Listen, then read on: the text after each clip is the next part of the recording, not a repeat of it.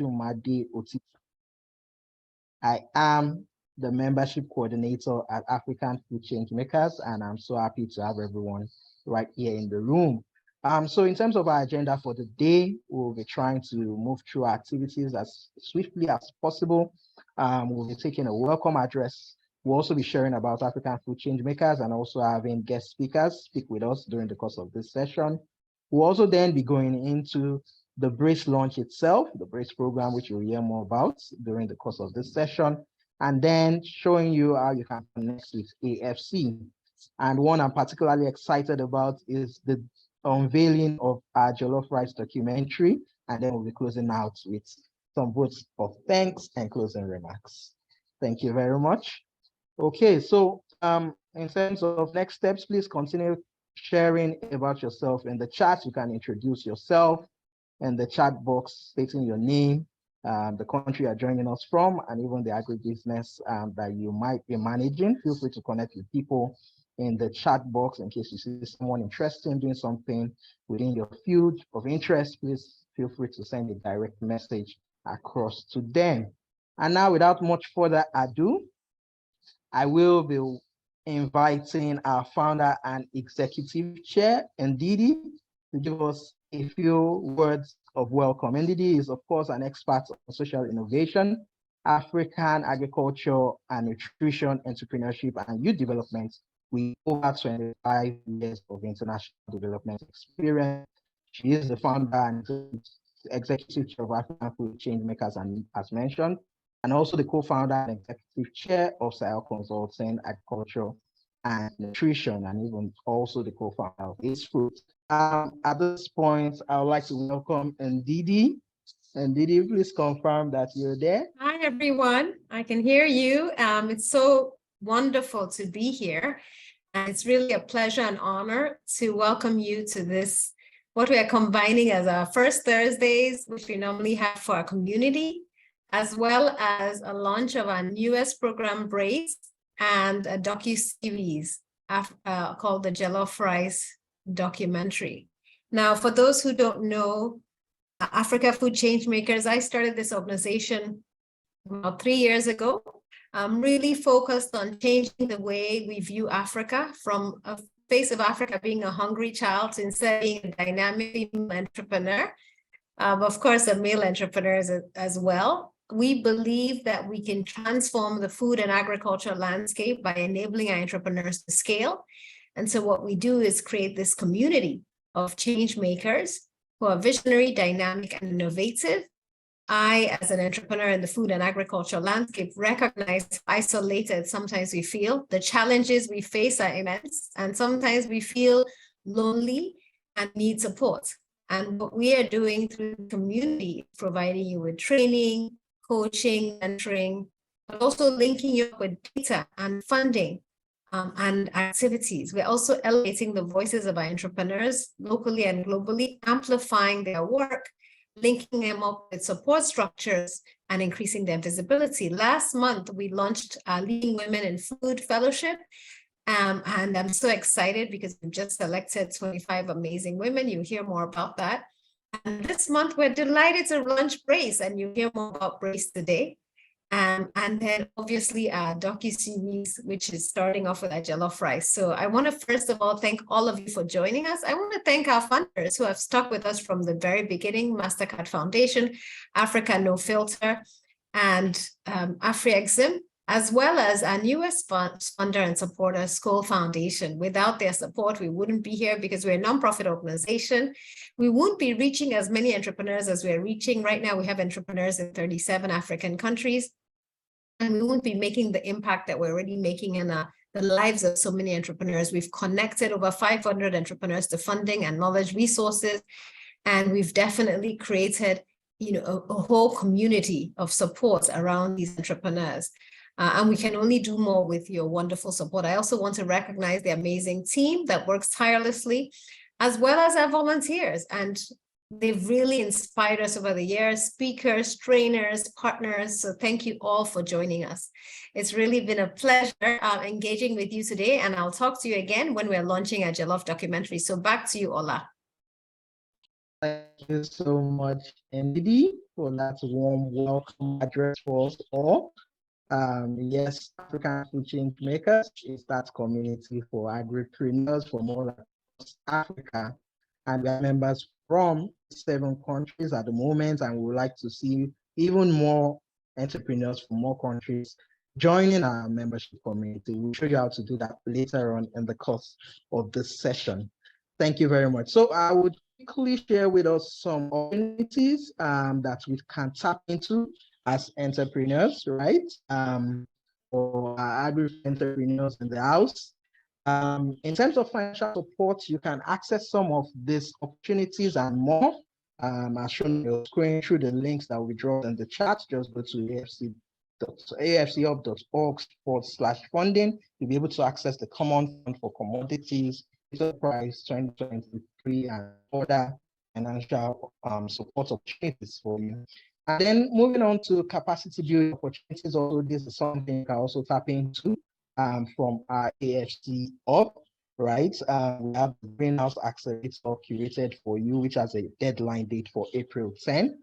And we also have the Gender Responsive Agricultural Systems Policy Fellowship, which would be closing on April 12th. So do well to get in your applications using the link in the chat to put in your applications for that for those capacity building programs. And in terms of events, there's definitely one here that I do not want to miss no matter what, and that is the School World Forum.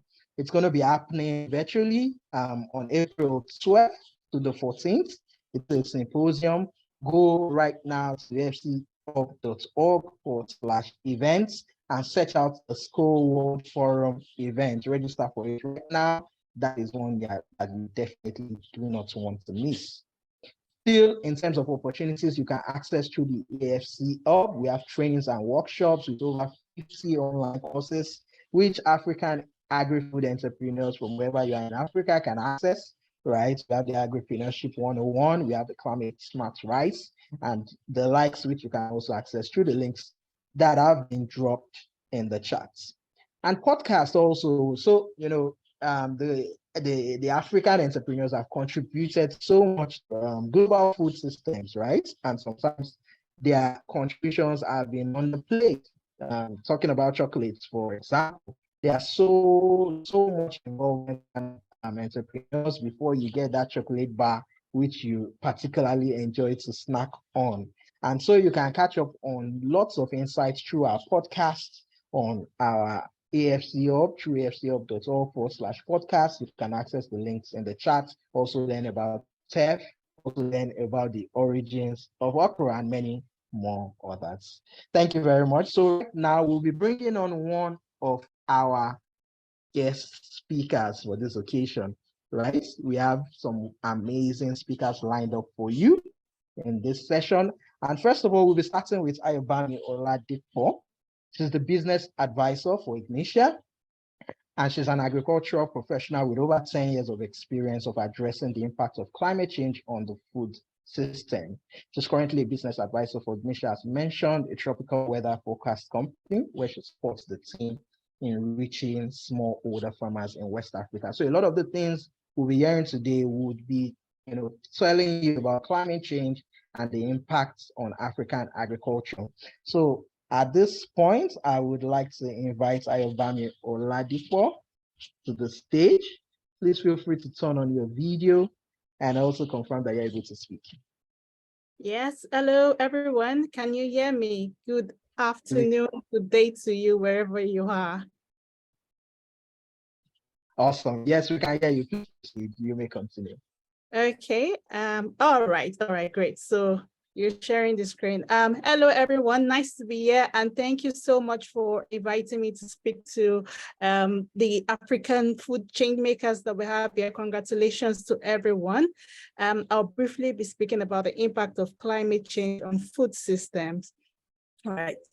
And so before I begin, I just want to quickly share a short story of a farmer, Jude article, I know that last year, for those of you in Nigeria, and maybe you must have heard outside of Nigeria, that there was a terrible flood in Nigeria last year. And Jude Atiku, who is a 74-year-old rice farmer in Terrace State, took a loan of 1.5 million naira from the bank. And that wasn't enough for him. So he had to sell one of his houses for about 2.5 million naira. He invested everything in rice farming. And unfortunately, due to the floods, he could not even get a grain from his farm in the end. Also, we remember in 2012, the terrible floods that happened that led to the loss of over 600,000 acres of crops and livestock, with estimated damages worth $4 billion. So I just wanted to start with that for us to be able to understand the impact of the climate change on our farming system, on the food system. Okay, so I just want to quickly, before we go, just quickly define what the food system is. So when we talk about food system, we're not just talking about the production. It's a web of the production, processing, distribution, and consumption of food. And climate change, as we know, refers to long-term shifts in temperature and weather patterns. But we know also that human activities, our activities, have been the main driver of climate change, especially since the 1800s. And agriculture, please keep that at the back of your mind. Agriculture accounts for up to 40% of greenhouse gas emissions. So on one hand, agriculture is one of the greatest contributors to climate change, and on the other hand, is one of the most impacted by climate change.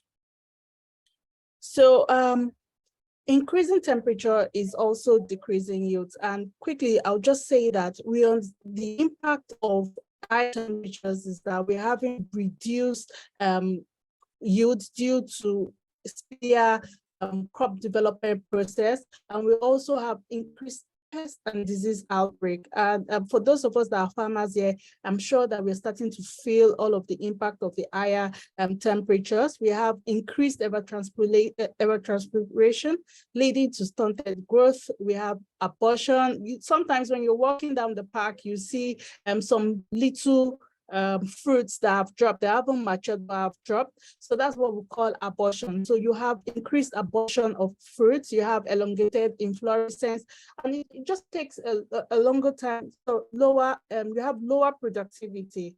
And for those of us that are in livestock sector, we understand there's increased water stress in cattle. We have lower milk production for the dairy cattle, and for the poultry as well, you're having increased mortality rate. And on the extreme, please, and then on the extreme of the increasing temperatures, we have drought. And if you can remember, Kenya, which received less than 30, a region in Kenya received less than 30% of the normal rainfall, leading to deaths of so many of their livestock and even humans. So when there is drought, there's nothing you can do. You can't plant when there's drought. You lose your livestock, and it also leads to conflict. And I know that Sahel CP is also doing things with supporting farmers with information on availability of water to reduce conflict. Right, so next slide, please. And then on the other hand, you also have intense rainfall. So you have very short and very heavy rainfall. And this is also leading to losses for the farmer due to the severe soil erosion, loss in nutrients, and which makes it unable to support plant life. You also have you have high soil saturation with water, the roots will not be able to absorb nutrients. And we also have variability, weather variability. So when we say weather variability, it means like what is the anomaly, what is the shift from what we get normally, and also what is sometimes you have erratic rainfall. So for instance, you go to the field, you go and spray your fertilizer, your pesticides, and in 2 minutes, 3 minutes, it begins to rain, right? So those are some of the losses that have been attributed to this sort of rainfall. And then for the livestock sector, you also have increased pest and disease outbreak, and you have lower quality of forage. So you have more lignified forages for your cattle, which of course makes them lose, do not make them reach their market weight at the right time. Please next. And also for the extreme of intense rainfall, we have flooding, which leads to loss of crops and loss of investment. And it's not just at the production level, it's along the value chain. And from this photo, you can see how flooding has delayed delivery of produce from the farm to the market. So next slide, please. And so we know that the impact of this is felt beyond the farm. After harvesting, some farmers also dry their produce. For instance, maize farmers, they dry their grain. And I'll give an example. This is a case study of how, when in 2020, it was an organization that we worked with where they give farmers inputs, input financing, and their input recovery rate was about 60%. But due to the service, due to their partnership with us, whereby we let them know when it's going to rain and all other weather parameters, they were able to postpone their drying sometime in November. They were drying their grains and there was unexpected rain.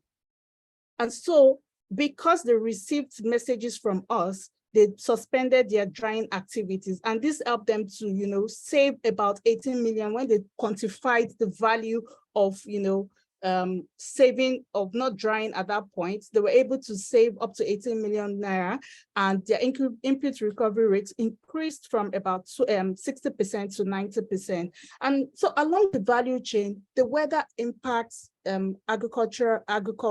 So the food system, you can see also warehousing, high humidity, which leads to the proliferation of contaminants like the fumosin and aflatoxin. At the transportation as well, shipping delays. You have shipping delays. You have rainfall destroying some of the goods. You have high temperature also destroying some of the goods. And I think that's part of why they always say the tomato farmers should adopt the plastic baskets.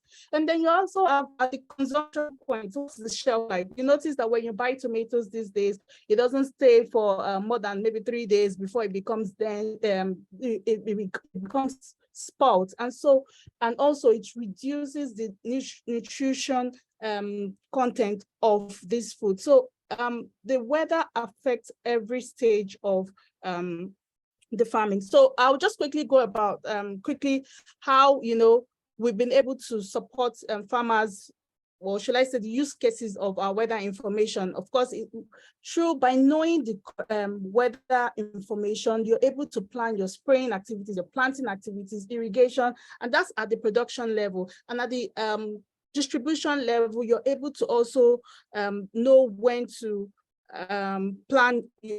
when to transport goods from one place to the other. And then at the processing level, you know when to sun dry your crops, you know when to, and then also, you also use that to plan your market days. So I wouldn't go over this. Next slide, please, because of our time.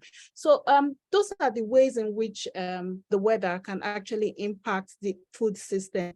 And there are so many ways to brace our agribusinesses. We have digital climate smart agriculture, like what we do at Ignitia. You have cooling technologies, like the logistics. We have Edger Ice, which is, you can see that they've changed the rickshaw into a cooling device, which is very cheap for organizations to just adopt. Then also you have drying technologies, you have irrigation, drone technology. We're starting to see people like the drone, this Femi Adekoya that does drone technology. And then, but there are some that farmers can readily have access to, such that you can adopt agroforestry and regenerative farming practices. And then you also have vertical farming, greenhouses. I'm sure that the next speaker would deal with all of this. And then all farmers, you need to get some insurance. So while we work towards raising agribusinesses, to the impact of climate change, we must also take mitigating actions to ensure a sustainable food system. Thank you very much for listening. Thank you so much, Ayobami, for that very, very insightful presentation. I think one key thing I picked out is that the impact is even beyond the farms. So you are not just, limited to the climate change impact while on the farm, but even away from, the farm itself. Thank you so much for sharing with us. That was terrific. Thank you. Yes, we also have our next speaker lined up for us. We have Dr. Linda Ogallo. She's an expert at IGAD, climate change adaptation. And she's an authority on droughts, desertification, and sustainable development in the Greater Horn of Africa. I won't read through your whole bio. I will just call on Dr. Linda right now to proceed to share with us. Thank you so much for being here. Thank you for having me. Maybe I could have the slides up. I'm grateful that Ayobami got to go through all the scientific stuff. That's usually the hard stuff. The science, when you're dealing with people who are not scientific, usually people tend to kind of tune out. So thankfully, I don't have to really talk about the science of climate, the science of climate change. And Ayobami did a good job in trying to simplify it in a way that non-technical people can understand. Next slide, please. So basically, like she said, since the Industrial Revolution, just the way that we've learned to live our lives has caused problems in the earth. And for an African continent, we're not talking about climate change tomorrow. We're already seeing the climate change impacts now. So how can we adapt to the changes that we're already seeing, but also how can we begin as a small business to think about the future. So how do we plan for the present? How do we build resilience long term? Next slide, please. So like she said, and she really touched on this, so I'm not touching it so much. So we have the impacts that we see directly that, for example, if you have infrastructure that can be torn down by extreme rainfall, too much rainfall, or too little rainfall. And then those are the direct impacts, and then we have secondary impacts. So like in Eastern Africa, we experienced desert locusts for the first time in over 70 years. So if you're a farmer or a business person that had never seen desert locusts before and put in a lot of investments, a lot of people lost a lot of livelihoods because of that. And we're talking about conflict. She touched on conflict. So sometimes the impact is not directly on you, but we all know what happens when the conflict escalates or security issues escalates to a national level or to a capital city where you might have gotten a good harvest, but now the economy is basically, or everything is shut down because conflict is going on one way or another. So like she talked about, sometimes it's to do with infrastructure. For example, this is a picture of a road that basically went out. So this was the only access that people had to get their goods to market.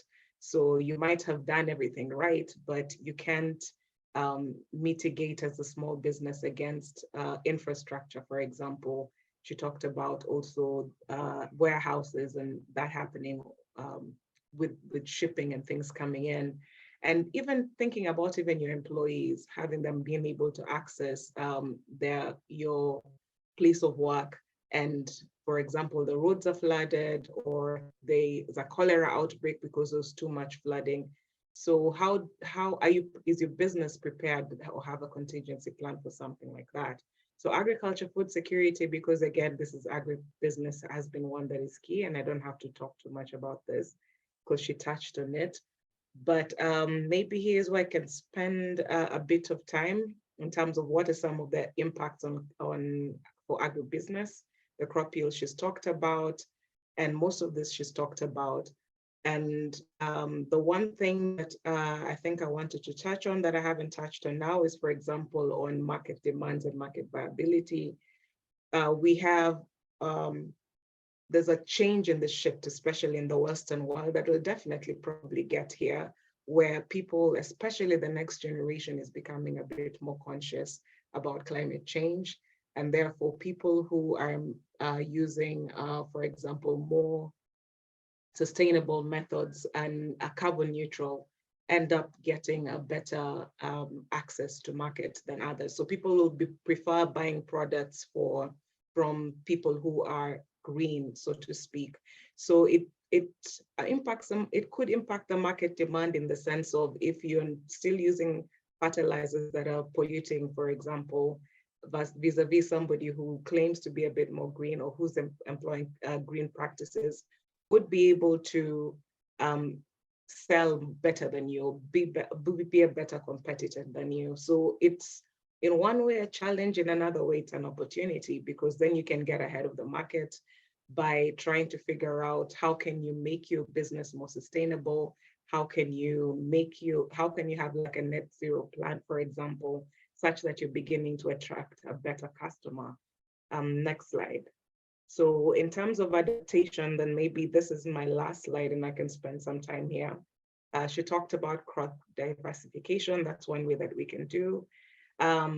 Adapting sustainable farm practices, like we talk about regenerative agriculture or restoration agriculture, such that you're able to, especially as you begin to increase your farm size or agricultural land, then you're also able to access what we call carbon markets, because how you do your agriculture, how you improve your agriculture in terms of tillage, creates an opportunity for you to tap into that and sell it as carbon credits, and also get you as a business additional profits, not just from climate change as well. So when we talk about adaptation, we're not just looking at what are the problems that climate change causes for you as a small business, but what are the opportunities that you as a small business can begin to tap into.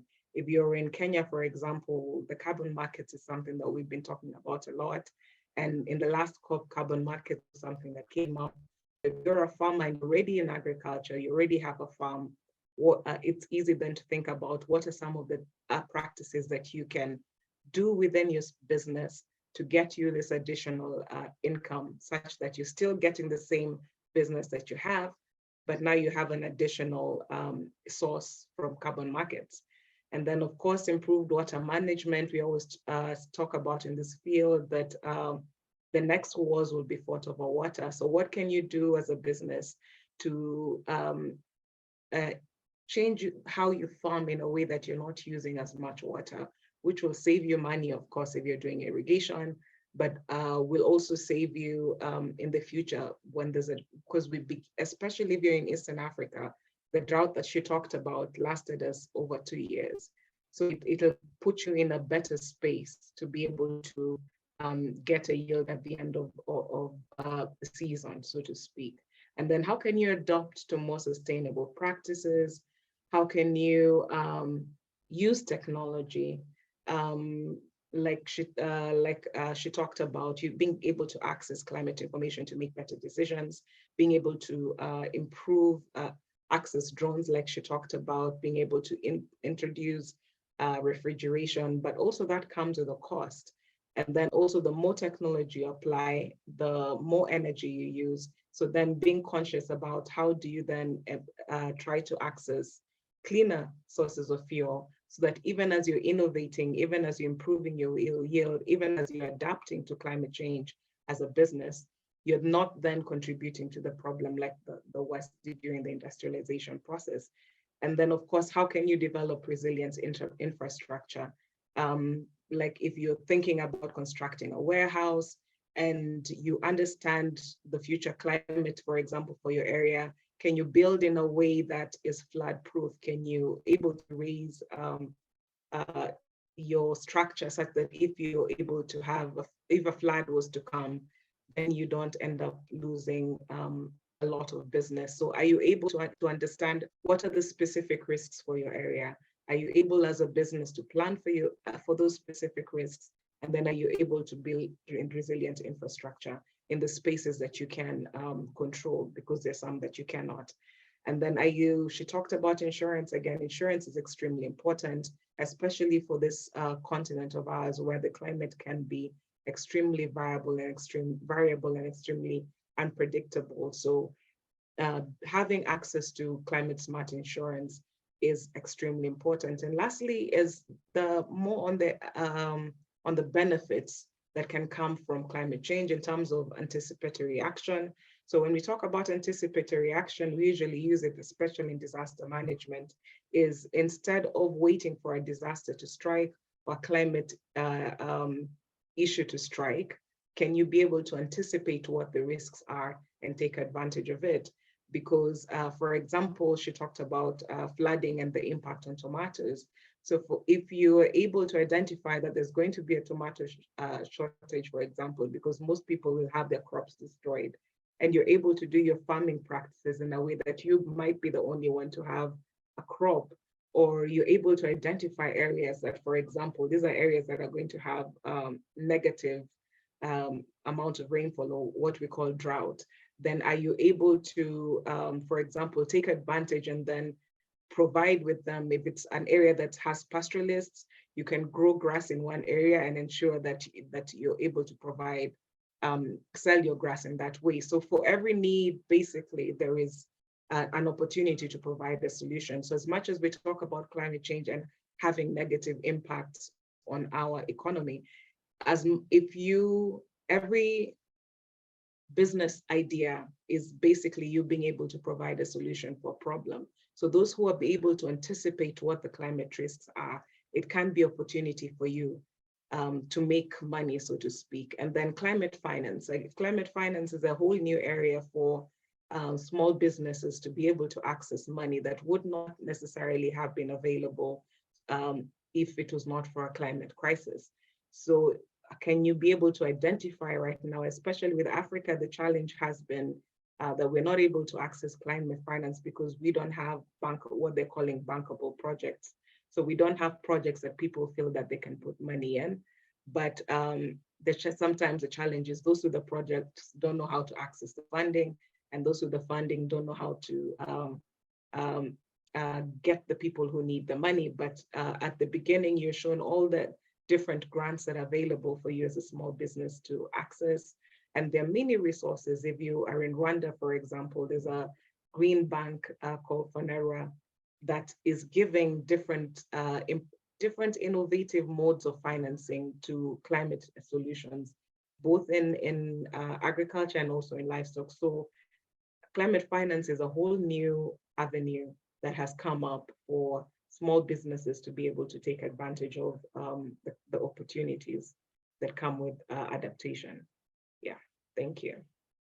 Thank you very much, Dr. Linda. That was packed as expected. So many adaptation tips shared for us there. And just in case, you might be wondering what carbon farming is and the likes, don't worry. The BRACE program is definitely one that could bring you up to speed, just in case, there are any gaps for you there. But I think it was particularly interesting to also know that there's a market opportunity in actually becoming climate smart in your business. Thank you so much, Linda, for that one. Thank you. Okay, very quickly, also, I will be calling on our last guest speaker for today. We have Mbali Nwoko. She's the CEO of Terrace. She is a multi-award-winning commercial farmer, an entrepreneur, a speaker, a columnist, and a podcaster. As mentioned, she's the founder and CEO of Terrace, which is a high-tech farm producing sweet peppers in Johannesburg. Mbali, please confirm you're able to speak and turn on your video. Yes, hopefully everybody can hear me. Hi, everyone. Thank you for having me. Welcome. We can hear you. Please go ahead.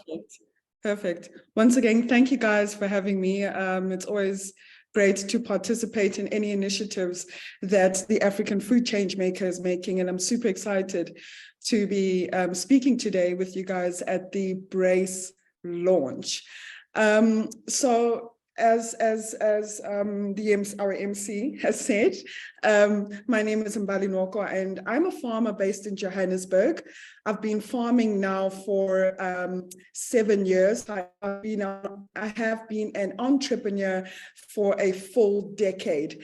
And coming into the agri industry, you know, there's so many dynamic things happening in the industry. I can definitely say what was happening in agri in 2016 when I started versus 2023. You know, there's a lot of things that have shifted and just have definitely changed over the years. And I'm glad that my topic today is around how do we build sustainable green agribusinesses. I made a conscious decision not to do a presentation today because I really wanted to speak from the heart, having, you know, being an agripreneur in this sector for 7 years. So I want to speak from the heart based on lived experience, what I've seen as a business person as well, but more so as a celebrated farmer, but a first generation farmer. In South Africa, we have a lot of farms, commercial farmers who are who've been in the industry or the sector for many years. So it's generational farms. And as a commercial farmer who's a first gen, I think there's many various milestones that I've picked up in terms of how I build a sustainable agribusiness. And some of the key tips that I just want to give to the audience or the entrepreneurs in the agri in this session today is, you know, I want to start off by saying I'd like to unpack the word sustainability in a very much less theoretical, high jargon definition. And the reason for that is because I feel like the times in which we're living today, there's lots of demands. I mean, the first two speakers spoke about climate change, you know, the floods, lots of rain, less rain, pest diseases. How do you mitigate against that? How do you think about the environment? You know, when you're a producer, a farmer, a grower, or working across the agri value chain, how do you think about the environment and ensure that you are, you know, preserving natural resources, etc.? How do you position yourself, you know, when external forces, macro and micro levels, are against your business? And so for me, I want to shift it a little bit and speak about the word sustainability in layman's terms as an entrepreneur, you know, because when you go out there each and every day and you build your business, it's not the high tech or the high strategic words and definitions that will get your business going, but it's the simple things that you do on a daily basis that will really propel you as a business person or as an entrepreneur. So I want to start by saying, I think one of my key tips building a sustainable agribusiness is firstly identifying what does that word sustainability mean. And in my case, what is it that am I doing on a day-to-day basis that my business exists for tomorrow? Now, I've already established that I am a farmer. So to put it on ground level is that what am I doing in my farming activities on a day-to-day basis that will ensure that tomorrow I have a high yield? High yield equals revenue. And that will ensure that I'm in season, I'm in production for the next season. And some of those things could be irrigating at different times of the day. Some of those things could be buying a different variety that's maybe slightly more expensive than the crop variety that I was buying last season, because this variety now is probably hybrid. There's less trellising, there's less maintenance. It's, you know, it's strong in terms of disease and pest resistance. It's got a longer shelf life span once I harvest my crop. So these are some of the examples that as a business person, as an entrepreneur, you need to think of in terms of when you are approaching the word sustainability, is to say, what am I doing today that could positively impact the growth of my business tomorrow? And so that is how, firstly, I want to start off to say, I think we need to not lose sight of the activities that we do as an entrepreneurs in building our businesses, and more so, even if you're at farm level, you know, there's certain tweaks and changes that you can do without spending exorbitant amount of monies that could really get you into season year in, year out. Because as a farmer, you're only good as your last harvest. And then the two ladies as well, spoke about technology, you know, and one of that is my key tips is that how do we embrace technology for entrepreneurs in the agri sector? Now, I want to bring back technology in the most simplest way. It's not about using fanciest tech systems. It's not about using the most fancy apps or softwares incorporated in your business processes. It's not about developing a new technological product that will need millions of rands or dollars in investment to help grow your business. But as business people in the agri sector, you can position yourself by partnering with key clients and stakeholders who are at the forefront of embracing and using technologies in the product services that they sell to you, that could, at the end of the day, benefit your business. Now, to give an example for that, I work with a lot of stakeholders who, for example, seed companies who put a lot of time, effort, and money into bringing new crop varieties into the market. And with that, they do a lot of technological advances in their products, as well as the fertilizer clients that I use. We use a lot of biological products within Green Terrace, right? And so it's important to know why you're using these biological products. How are they formulated? As much as it is called biological, is it registered? But furthermore, can it help my crop at the end of the day enjoy the shelf life or meet the spec in which my client wants? And so companies typically spend a lot of money into research and development and putting technology in positioning their products and services that at the end of the day, they sell back to a farmer that could also take me to the forefront. And so embracing technology in that form, which is indirectly, could also assist you in building a sustainable business. And then going again back to farm level, I mean, when you're using technology, you know, also about thinking about what type of tools, technological tools are out there. You don't have to pay an exorbitant amount of subscription. There are free products and tools that could be put out there in the market that you could use. Furthermore, I find that in the industry today, I've had a lot of opportunities where, because I'm a farmer and people view me or see me on various platforms as a farmer, a lot of companies who are putting new tech out there are approaching individuals like myself to test and trial products so that it could make a business case for what they're looking to achieve at the end of the day. And if you think about it as an entrepreneur, that is a strategic way to align yourself with partners, which is another point which we're going to talk about. That is a strategic way to align yourself with partners that could help you bring technology within your organization or your business that could help you position yourself in the forefront and become the top of mind business in your customers at the end of the day. And these trials typically come for free. You just have to use the product, you give them feedback, and from that feedback, they develop a stronger case study before they go out and launch a product. And at the end of the day, you also are at liberty, you know, depending on budget, use other technologies that are out there. And I think whether it's using tractors that have got good smart monitoring systems, precision agriculture and spraying. I mean, at Green Terrace, we use automated irrigation systems to minimize the water usage on our farm. Last season, we were farming hydroponically. This season, we went back into the soil just to curb on costs, etc. And so there's many ways you can play around with technology in your business that can help you. And it doesn't mean what worked for you this season might work for the next season, because the climate of agriculture is constantly changing and evolving. And sometimes you have to adopt new processes and get rid of the old so that you can position yourself for the future. The next point is you need to still develop strong partnerships and relationships in space. I think if you're an entrepreneur in the agriculture sector, you need to develop strong partnership. Firstly, we all know that being in business is such a lonely journey because you have to make decisions that can either impact positively or negatively your business in the long run. And so developing partnerships is key.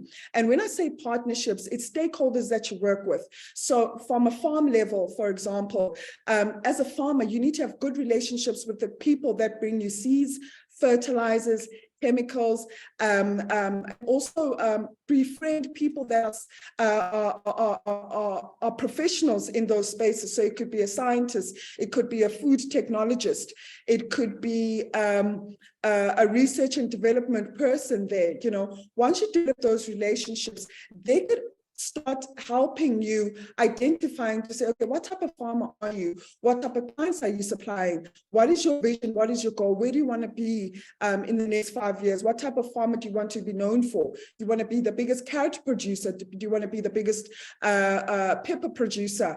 What do you want to be known for? And once you start sharing those values to your customers, and again, I'm talking from experience, you start to see a lot of your service providers giving more special attention because they see you as an individual who really wants to make this entity work and grow. And therefore, they go back and know that I need to deliver a product that will meet her expectations over and above that, at the end of the day, meet their clients. Today, I look at a lot of the successful farmers across South Africa, and neither of them is successful alone. They are successful because they've got many people who are giving advice in strategic positions within their farms that could help them, become better in the next season or just do well in this production stage in which they're in. So it's developing strong relationships with your primary input buyers, develop relationships with organizations like the African Food Change Makers. As an entrepreneur in the space, I also receive a lot of questions where people say, who can we partner with on a specific, product? Hi, Mbali, do you know any exporters of potatoes? Hi, Mbali, could you link me up with maybe carrot producers? I find that a lot of people, the agri industry is a very conservative industry as well. We need to do a lot more to get out and start sharing networks and connections and collaborating with each other, because the industry is so vast and big. And what I found being 7 years in the space is that everyone's doing phenomenal work in their own little pockets. And you might find that for an entrepreneur in Botswana or Kenya, they could also help me down here in South Africa, maybe service a client in Kenya who I would not have approached because I thought I don't have the footprint. But how can I collaborate with an entrepreneur, for example, within African Food Changes platform, that we've got similar synergies and could help our bottom line in terms of our business? How can we network and trade with one another and find myself not only farming in SA, but also sending my product out to Kenya? And I think that is one thing that we constantly need to do as entrepreneurs in the space, is to say, not only develop partnerships for those immediately within your circle, but those within platforms such as these, because a lot of people are doing great work out there. And I think, there's so much room to play with around collaboration.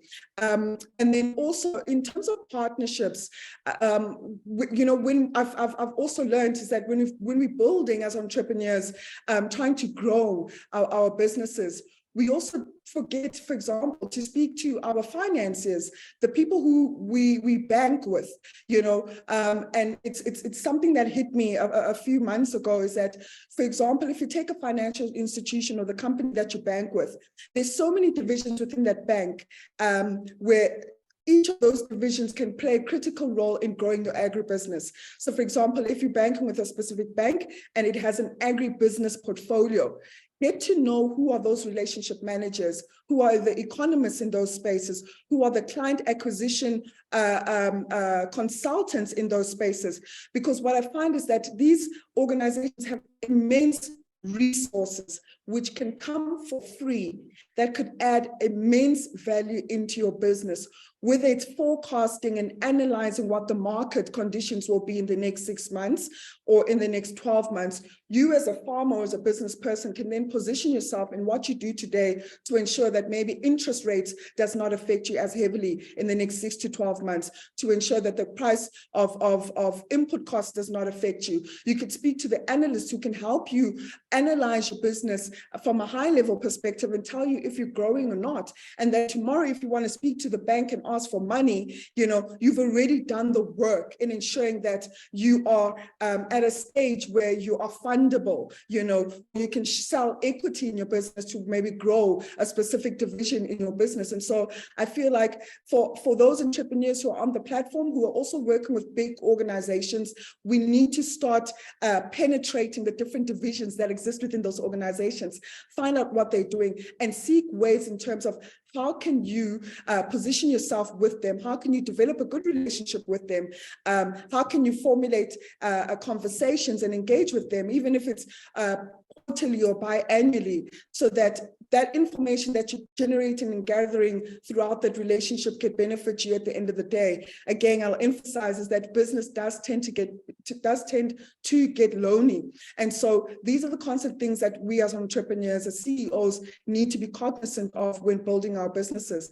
And my last point is that, you know, sometimes people also forget that once you start a business, putting it out there on social media, people tend to think that, okay, if I start a business and I promote my products and services on social media, I've got customers. And that's not necessarily the case. And we're starting to see this again, especially post-COVID. I interact with a lot of farmers, a lot of organizations, more so entrepreneurs. And one thing I've also picked up is that we've tend to slack a little bit on the aspect of sales, the aspect of positioning, the aspect of being informed.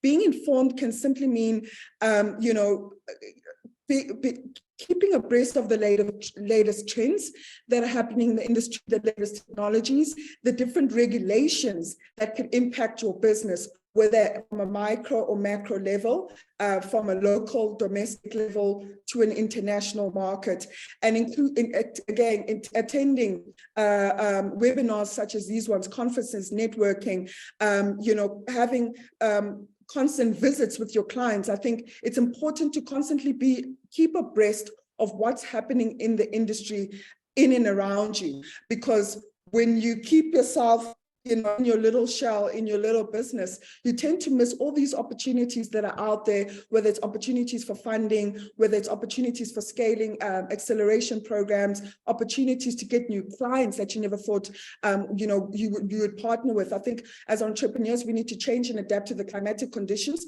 in which the business environment gives. And so keep yourself informed of the various regulations. And so these are just some of my practical tips, I guess, in terms of how we can build sustainable businesses, just from a day-to-day perspective, because I think these are the important things as entrepreneurs we tend to miss when growing and scaling our business. Sometimes going back to basics is simply what your business needs at that time. And so, yes, thank you so much. I hope I shared some valuable information. And yeah, have a good evening, everybody, but I'm still on the call still. Thank you.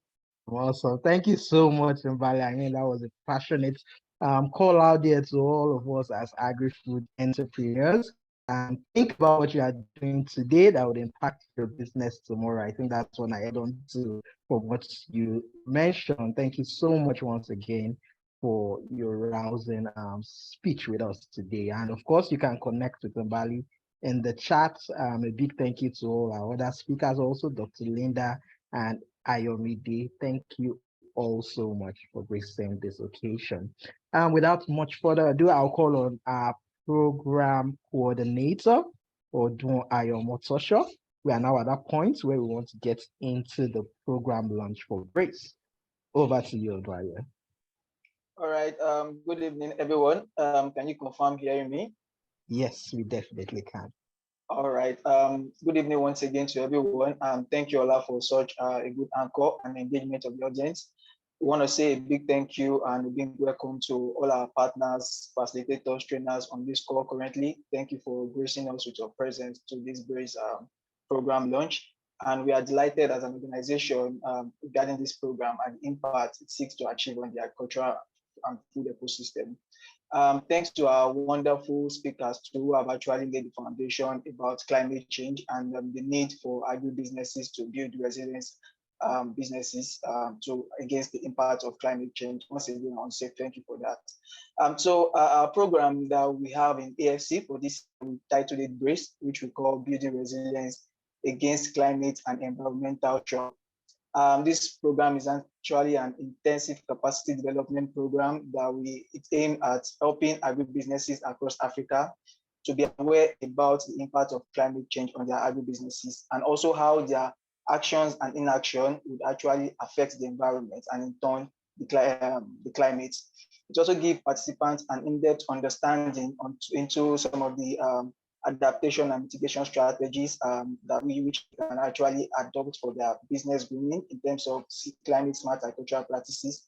And then lastly, we also help them gain deeper insight into opportunities that abound in the climate space, talking about carbon financing, calculating the carbon footprint for carbon markets. This program seeks to actually target agri-SMEs in Africa between the age of 18 to 40 years with a registered agribusiness. And we are seeking to actually engage female participants for this particular program. I could see on the chat board a woman who is from a women association. So we would want to work with you to engage that this program is open up to women participation too, and we have women come on board for this particular program. The component of this program, which what we have in stock for participants across for this program, we have actually be having a diagnostic tool development. This tool will help assess participants. So we'll be having this diagnostic tool, a pre and a post. The pre will help assess participant level of awareness to climate change and how they are ready to adopt some of these climate smart agricultural practices that they will be taught.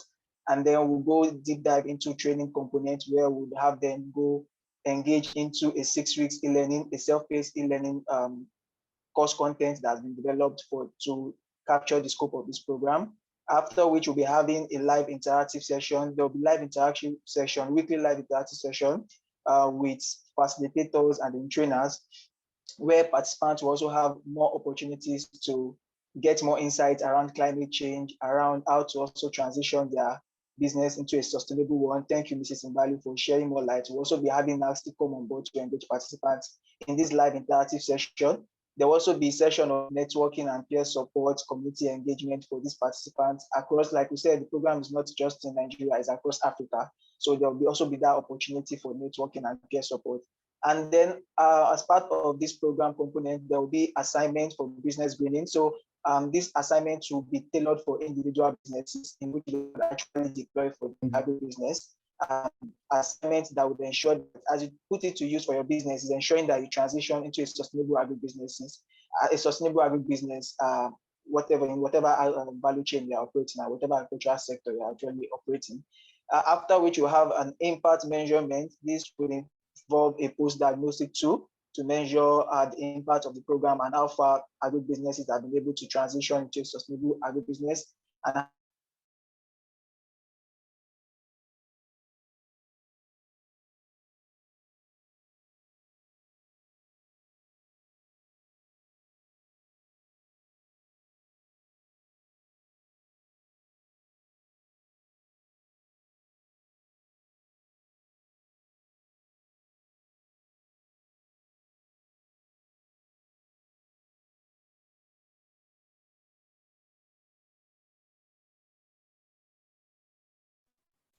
Yeah, please go ahead. okay, so those are the components of the program and what we have in stock for the participants.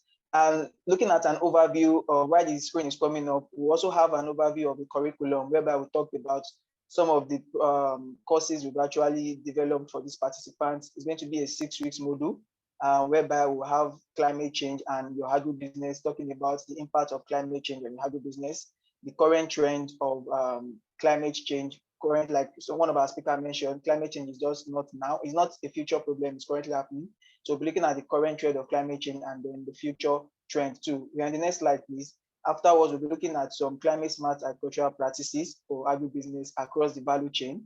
We'll be looking at the production value chain, the logistics, the processing. So whichever value chain you're operating, this program is for you. We'll be looking at some practices around waste management, regenerative agriculture, eco-friendly packaging. We'll be looking at solar packaging. We'll be looking at all as much climate smart agricultural practices you could actually call. We would actually be taking an in-depth dive into these climate smart agricultural practices, and then we'll also be looking at optimizing opportunities in this climate smart agriculture, and then the climate policy and shaping the ecosystem. Next slide.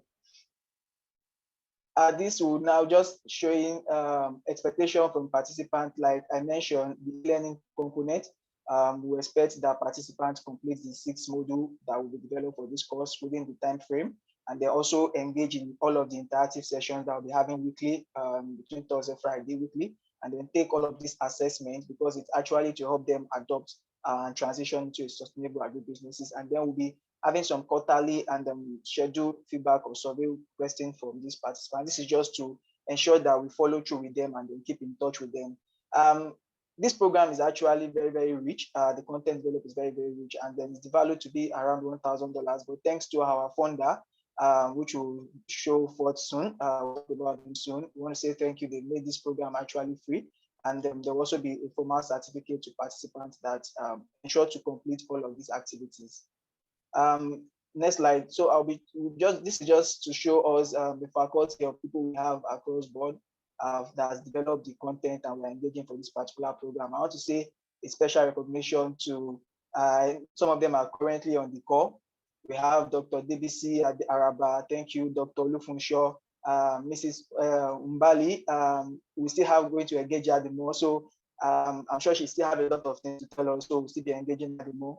And other ones that are currently on the call, Julie, we want to say thank you. Thank you for gracing us this opportunity. Thank you for the impact you're making in this ecosystem. And also a big thank you to our program partners, Folu, Sayo Consulting, and ICRW. Thank you for the impact you're having in the ecosystem. And a big thank you also to our founder, SPO Foundation. With you, we've been able to accomplish, or we are currently accomplishing what we said we want to do. And thank you for the impact in this ecosystem. And we want to say, at this point, I want to say thank you very much. And like I said, right after this call, this program is open for application. So please share across your network, the women network, and those are across within your network too. Thank you very much once again.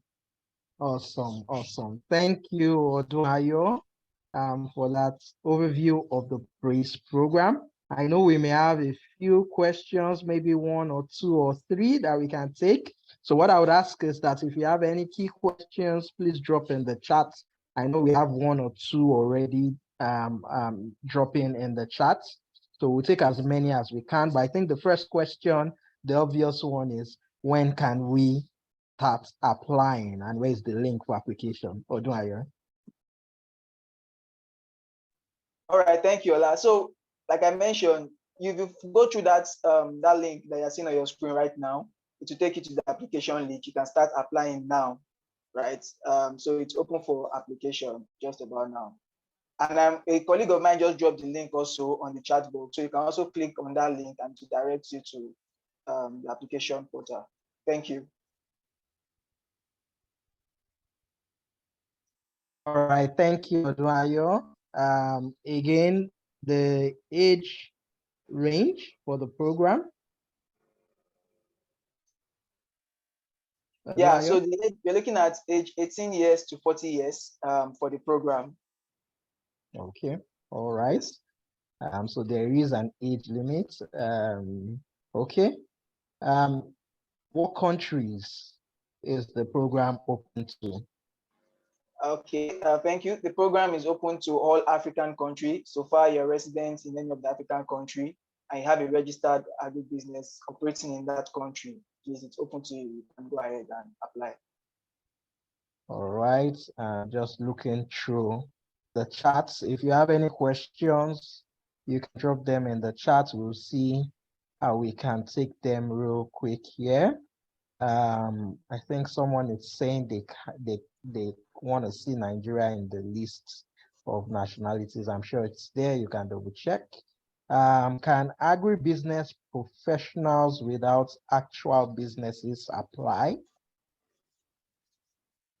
Okay, so the program is strictly for those with a registered agribusiness. So we want those that are making impact or that can put to use some of these things that are being taught or they're learning into their business, right? So that's why it's strictly to those who have a registered agribusiness themselves. Okay, all right. What do you stand to gain actually from this BRACE program? Okay, in short, like I mentioned, apart from the e-learning component, you'll be exposed to climate smart agricultural practices and how they could transition into their agribusiness. Another aspect of what they stand to gain is becoming a member of ASC platform, where we expose them to opportunities that have bound or that exist in the climate financing and the climate adoption finance in terms of calculating your carbon footprint and also tapping into some of these funds and grants that we have people looking out for businesses that can actually show that they've been able to reduce their carbon emission. So as a result of that, if you're able to calculate your footprint, you could tap into some of these opportunities in terms of carbon market and carbon financing. All right, thank you, Odonayo. Will it be an online program or a physical program? Yeah, it's an online program. The e-learning is online. We have a dedicated learning management system portal for that. And then the live interactive session to also be virtual. Okay, is there also room for participants to be able to collaborate, engage with each other in the course of the program? Sure. So our LMS is designed in such a way that you could actually tend to engage with other participants, right? And then also during the live webinar session too, you could also engage. Like I mentioned, it's part of the objective of this program, networking between agripreneurs in Africa. You don't know, you could have some marketing, some export opportunities, export products within yourself that could open up. So it's open for networking too. All right. I think I've covered most of the questions in the chat box. I think we have more questions around the age limits also. Yeah, but just to mention also, there are lots of opportunities through African Food Change Makers. Yes, we'd love you to be part of this program, but just in case this one, for one reason or the other, you're ineligible, there are still other programs that are coming through the AFC. At this point, I would like to thank you, Odonayo. Thank you so much for sharing about the program with us. The program is now officially launched, officially open. Please go through the link in the chat, brace.org, I believe. Go to the chat box to be able to pick up the link, right, and apply for the program. At this point, I think the one that gets me excited, not that I'm not excited about Brace, but I love jollof rice. So I'm really looking forward to our launch documentary for jollof rice. And for this, I will invite once again our founder and executive chair, Ndidi, to share some few words concerning our jollof rice documentary. Welcome, Thank you Ndidi. so much, and congratulations on the launch of Brace. We are so excited. You got a taste of how amazing the Brace curriculum is going to be by listening to the 3 wonderful speakers. Thank you to our dynamic speakers for sharing so much wisdom. They are just the glimpse into what we're going to be getting through Brace. So please sign up, share it with your networks. We want to reach 2,000 entrepreneurs, so we have a very, very bold vision. And now to the docu-series. So one of the reasons we started Africa Food Change Makers is not only to nourish Africa and help our entrepreneurs scale, but it's to change global narratives about Africa. We want to celebrate the best of Africa. We want to ensure that the world knows how amazing our continent is. And we want to use food as a way to build bridges. I said this at the beginning. We want to change the face of Africa from a hungry child to a successful female entrepreneur. And this is how we're doing it, by telling positive stories. We've done this with teff, with chocolate, with coffee, and with okra. And now we're doing it with jollof rice. Jollof is amazing. And we want jollof rice to become as popular as sushi. And so sit back, relax as we listen to this docuseries and watch, and please share it widely. We want to get this viewed all over the place. And this is just the beginning of all that we're going to do. We want to thank our entrepreneurs who are featured. Chef Binta, thank you so much. Chinedu Okere with Terrace Rice, thank you so much for your wisdom. We have Musa Dauba and Chef Toby, and many of them are on here, so you can interact with them, hear their voices, listen to them and their wisdom. And please promote these docu-series because the Jollof Wars are just starting. We also want to thank our partners, the Africa No Filters, the Siegel Family Foundation, and Afro-Exim Bank for providing the resources for this docu-series. It's going to be free. You can show it in your schools, in your communities, at your events. And it's also on YouTube, so please share it widely. And without any further ado, I want to just celebrate our new docu-series on jollof rice. And also please thank the Skoll Foundation. If anybody from the Skoll Foundation is on here, Katie, thank you so much for your wonderful support and for enabling Brace to be a free program to reach amazing entrepreneurs. So over to the team, please show us the docuseries. Finally, the voice on this docuseries is the amazing Amara Muneli. who is a rising star, a 15-year-old who is proudly African and celebrates African food. So please join me in celebrating her voice as she narrates about jollof rice.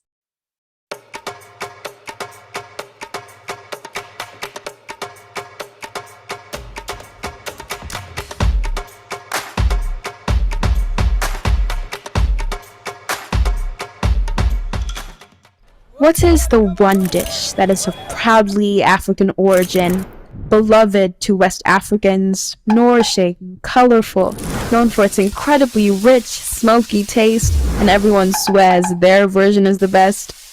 You got that right. It's jollof rice. The mere mention of jollof rice will have countries like Ghana, Senegal, Nigeria, Liberia, and Sierra Leone gearing up for battle. So deep and fanatical is the love for jollof rice, especially in West Africa, that foodies in the region often engage in supremacy battles, pitting Nigeria, Senegal, Ghana, and Liberia against each other. The battle, referred to as the Jollof Wars, has been fought for many, many years on social media and in food festivals across the region and in the diaspora. Right alongside this friendly war, Jollof food festivals have emerged, and Jollof-themed events have been held in the US, from Washington, D.C. to Atlanta, Boston, and Houston, as well as in Toronto, Canada. Since 2015, World Jollof Day has been celebrated every 22nd of August across the globe. You might ask, what is it about this dish that has the world in such a frenzy?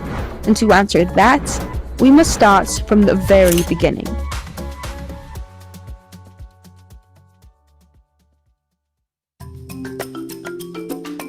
The African continent boasts an array of indigenous nutritious food crop that nourishes its 1.2 billion population. One such crop is rice, which history on the continent dates back over 3,000 years. The African rice, known as Oryza glaberrima, is believed to have first been grown in the central Niger Delta, and later in Gambia, Casamance, and Sokoto basins, before it spread throughout the continent. Today, the continent cultivates both the African and Asian rice, which is a staple to many nations. Its demand is estimated to grow at more than 6% per year, much higher than any other staple food in sub-Saharan Africa. Rice is the predominant dietary energy source in West Africa today, and is the second most important source of calories in Africa. While rice is used to prepare several dishes across the continent, the most popular one, particularly in West Africa, is jollof rice. It is believed that jollof rice has its roots in the Wolof Empire, an ancient West African state that ruled parts of modern-day Senegal. The Wolof people were said to have migrated to different parts of West Africa, taking with them their sumptuous rice dish. Before rice undergoes its transformation to the magical dish known as jollof rice, there's a whole journey that it must take. This journey starts on the farm, where rice paddies take an average of 120 days from planting to be ready for harvest. Let's hear from Musa Dabo, founder of Mauro Farms, a large-scale rice farm in the Gambia. In 2012, when I was in the US, my family called and said they needed a bag of rice. Before then, I never knew people had to buy rice because my father used to do rice locally. I did a little bit of research and realized that in Gambia, actually, we do need about 130 million US dollars of rice every year. Out of that, about 80% is imported. So I saw an opportunity in there. We do focus on seed production. Then we will disseminate our seeds to farmers. They will be able to multiply that. Once they multiply, then they either pay us for the other inputs like fertilizer and then the plowing in kind.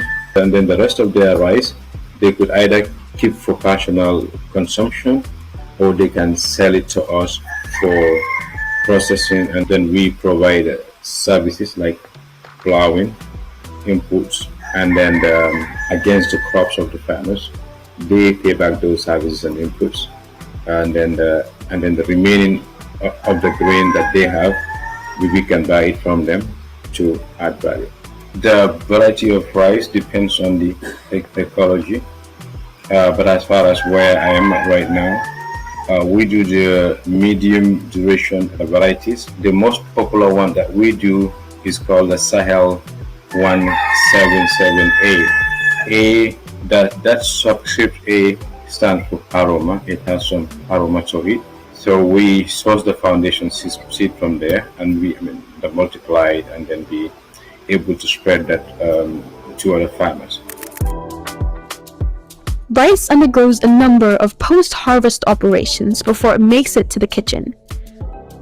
Rice millers and processors have to attain clean, stone-free, edible rice, and sometimes engage in biofortification to make the end product more nutritionally dense.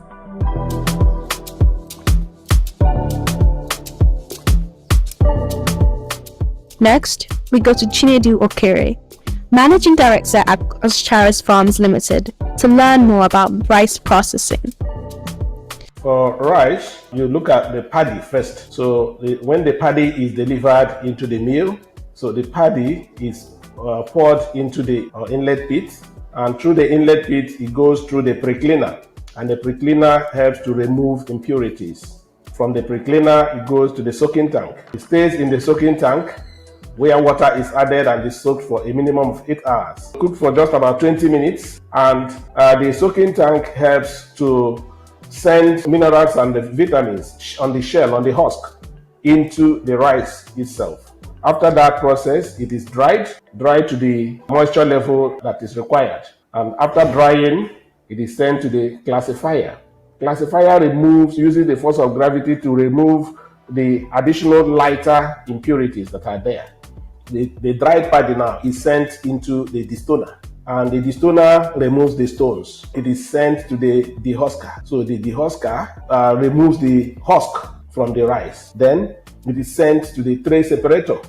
And at this point, the husk is put separate and removed separately from the rice. And at this process, the end point of that process is to have the brown rice. So from the brown rice, it is sent to the whitener. So the whitening process uses the abrasive force to remove the lighter membranes, which is called the bran, and leaving the rough rice now, which is sent to the polisher. And from the polisher uses a little water and air to ensure that the rice is smoothing. It's smoothing to what you see that everybody eats. So, and it is now sent to the thickness grader. The thickness grader removes the immature grains. After removing the immature grains, it's now sent to the color sorter. So the color sorter grades the different types of rice, from the premium brand to maybe the gold, or which we call the second grade, and then even the reject. And at this point, each of them is sent into their bins, and they are packed from there into different bags. Rice processing business is challenging as well as rewarding. Challenging in the sense that you must have the right knowledge on how to produce rice. And this experience, the high point of it, is within the parboiling process. If you get it right at the parboiling process, but you don't have the right equipment to destone, you don't have the right equipment for color separation, you still produce a bad rice. Because of that, it's very expensive to set up a good rice mill. You also need people who have good experience in rice production. So these are the two risks much associated with rice production. Then, for the reward, rice is eaten by large population, especially like in Nigeria, where you have more than 200 million people. These are 200 million rice eating population. So no matter what the type of rice you produce, no matter the quantity you produce, there is market for it. We now have the primary ingredient for jollof, the rice. To make jollof rice, the rice is usually cooked in some broth with an assortment of seasonings such as ginger, garlic, curry, thyme, and bay leaves, and of course, vegetables. Vegetables such as tomatoes, onions, and peppers, which form the stew base and give it that authentic African taste. Chef Pinta has her roots in both Sierra Leone and Ghana. She recently received the highly coveted Basque Culinary World Prize, making her the first West African in history to do so. It's a special dish because it also has created a lot of conversation around African gastronomy, and it's a dish that brings people together in Africa. So most times when you think about wedding, naming ceremonies, even funeral, we even joke in Ghana that the funeral jollof is the best jollof because it has smoke in it. So it's a happy dish, it's a sad dish, it's a dish that brings community together. The Sierra Leone jollof is a very interesting one. I feel like it's underrated.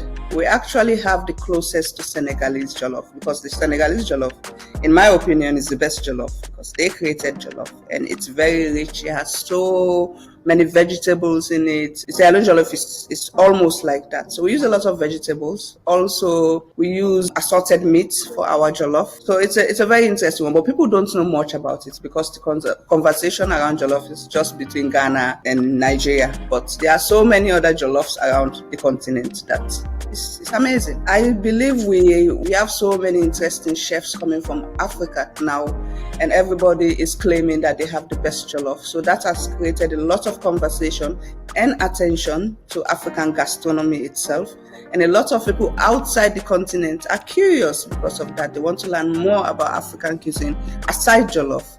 And most of them also want to try jollof. And even some of them are battling because when they try one versus the other, they tend to say, oh no, I prefer this one than this one. So that's a good thing. And a lot of these chefs are celebrating Africa through these dishes. And because we are highlighting jollof, that also means we are doing attention to other dishes from Africa. So we are celebrating the culture, the traditions of African gastronomy. We are telling our stories through these food battles. So it's a beautiful thing. I really love the way African cuisine is going, and I think African gastronomy is the future, and the future is now.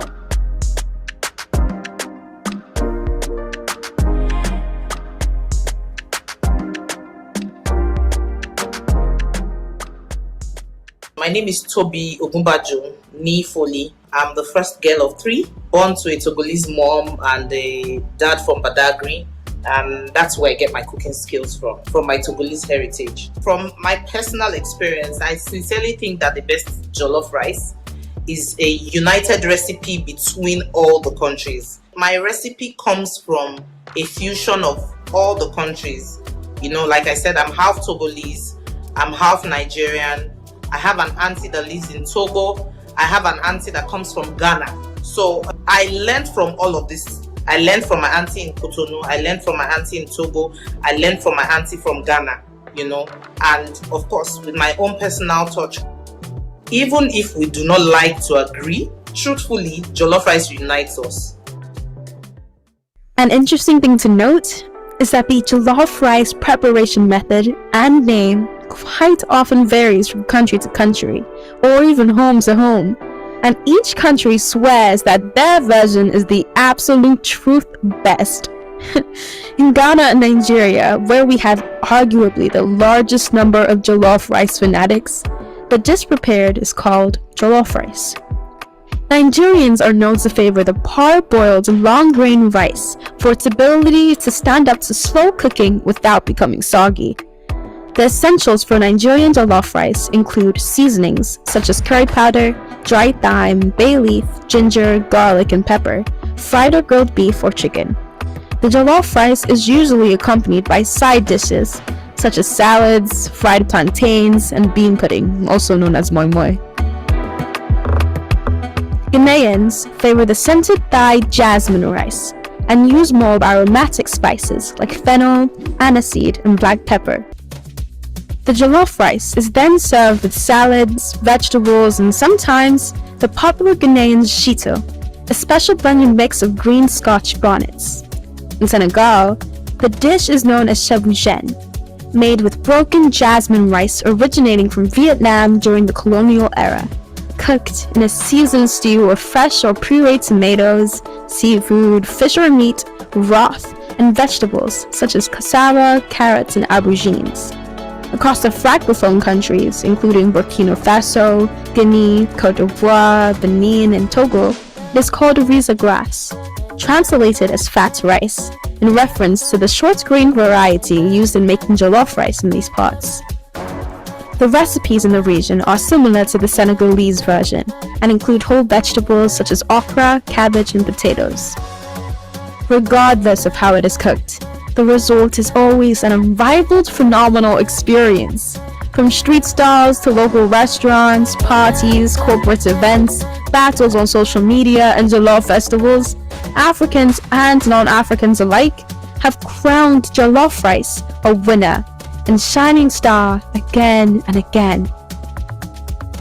Today, the jollof festivals are getting bigger and bigger, and the reach is getting broader as millions of people across the globe continue to discover and relish the dish. In fact, we have seen a new trend in promoting jollof rice as a truly global dish. Biofoods in the US and Vero Foods in the UK sell packs of microwavable 2-minute ready jollof rice and jollof sauces, which are available on platforms such as Amazon and Tesco and in in-store locations across the UK and US. For us at African Food Changemakers, the incredible story of jollof rice is a reflection of Africa and Africa's food and agricultural landscape, such as resilience, boldness, bountiful, nourishing, full of promise and power. Jollof rice is able to build bridges that connect people all over the world.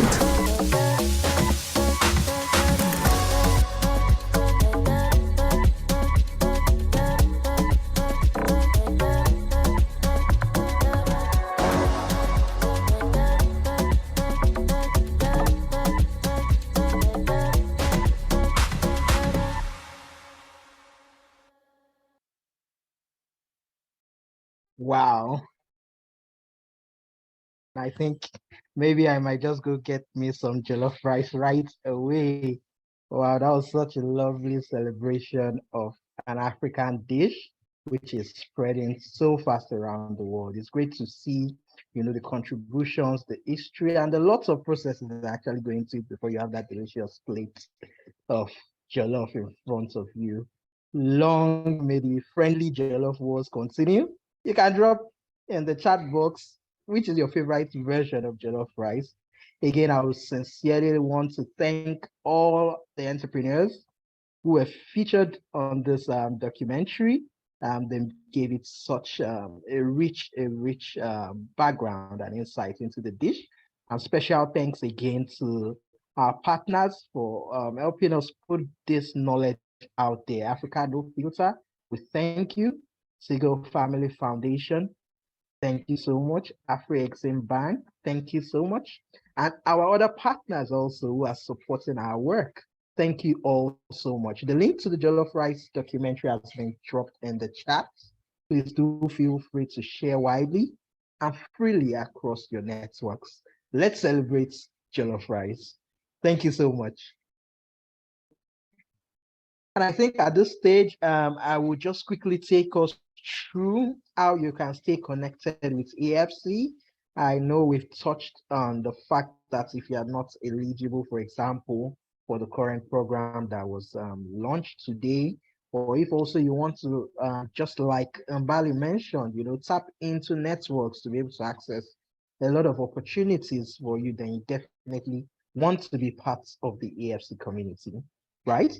The AFC membership community is one which grants you access to global markets. We provide global market linkages for you. We also refer you to funding, speaking, and exhibition opportunities from all around the world, both locally and internationally. You're also able to access a community of vibrant change makers who are doing great things in the agri-food sector in Africa.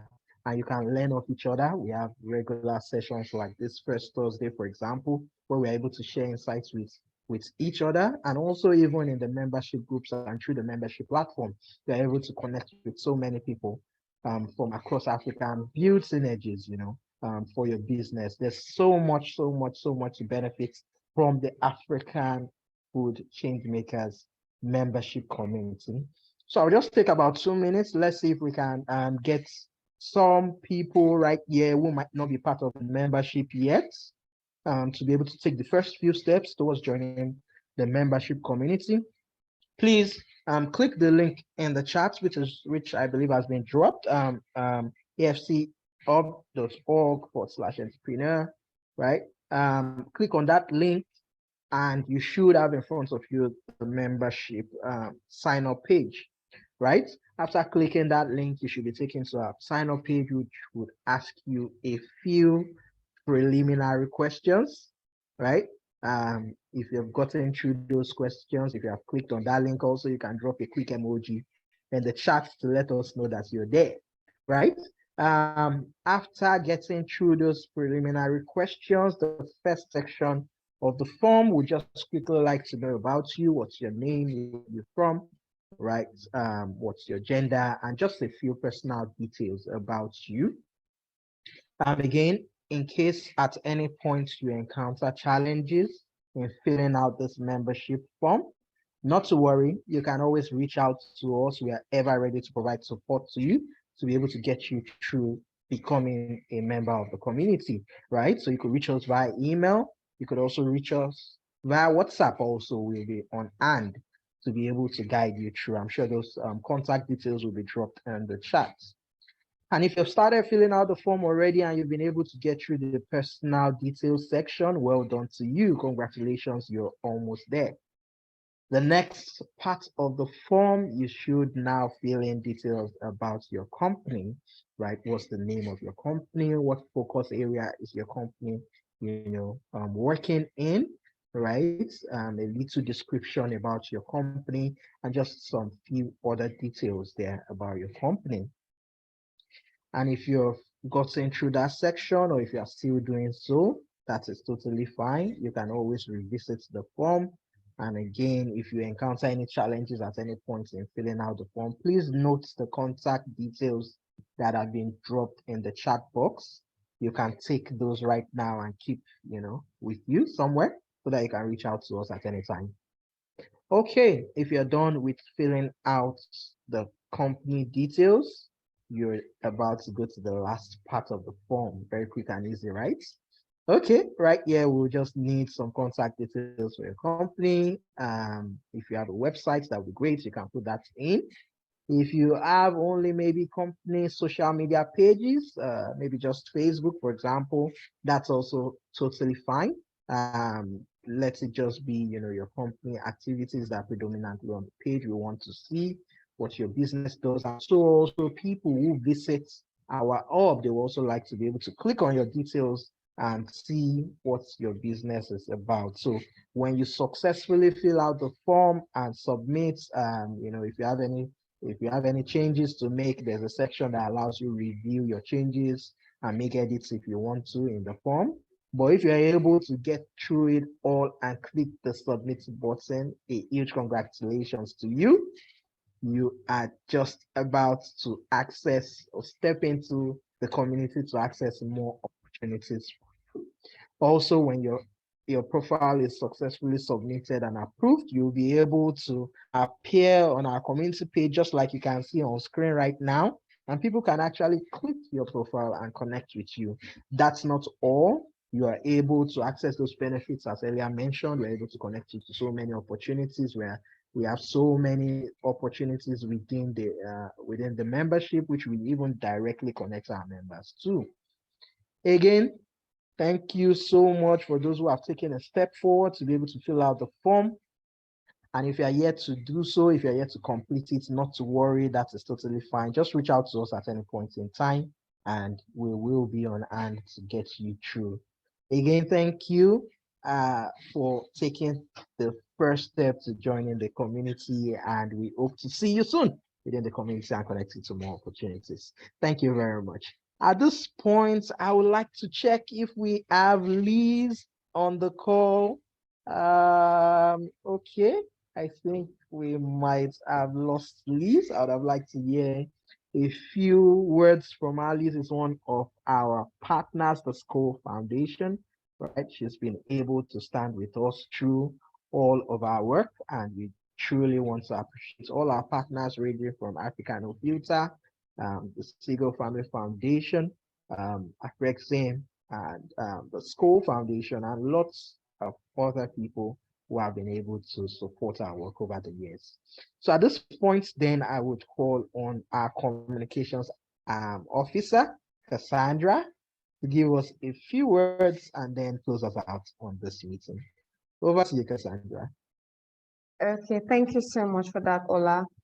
I'd like to say a very big thank you to everyone who has stayed on this call up until this moment. And a very big thank you to our guests as well. Thank you for the wonderful speech. And if you're new, please kindly subscribe, follow us across our social media platforms. That way you are connected to every update. You don't get to miss out on any news that we upload. So please follow us on Twitter, Instagram, LinkedIn, and Facebook. The link is going to be dropped in the description box at the moment. And as we round up, I'd like to request that we please turn on our video so we could take a group picture. Please, guys, let's do well to turn on our video so we could just take a group picture. I want to see those beautiful smiles, so please, let's turn on our video if we can.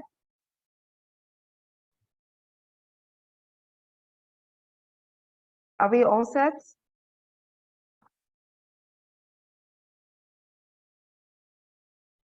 Are we all set?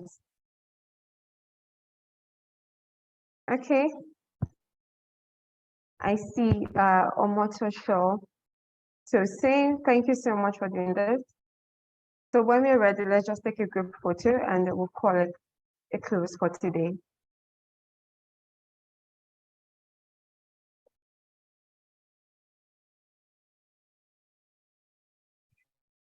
So over to you, Ola. I think we're good.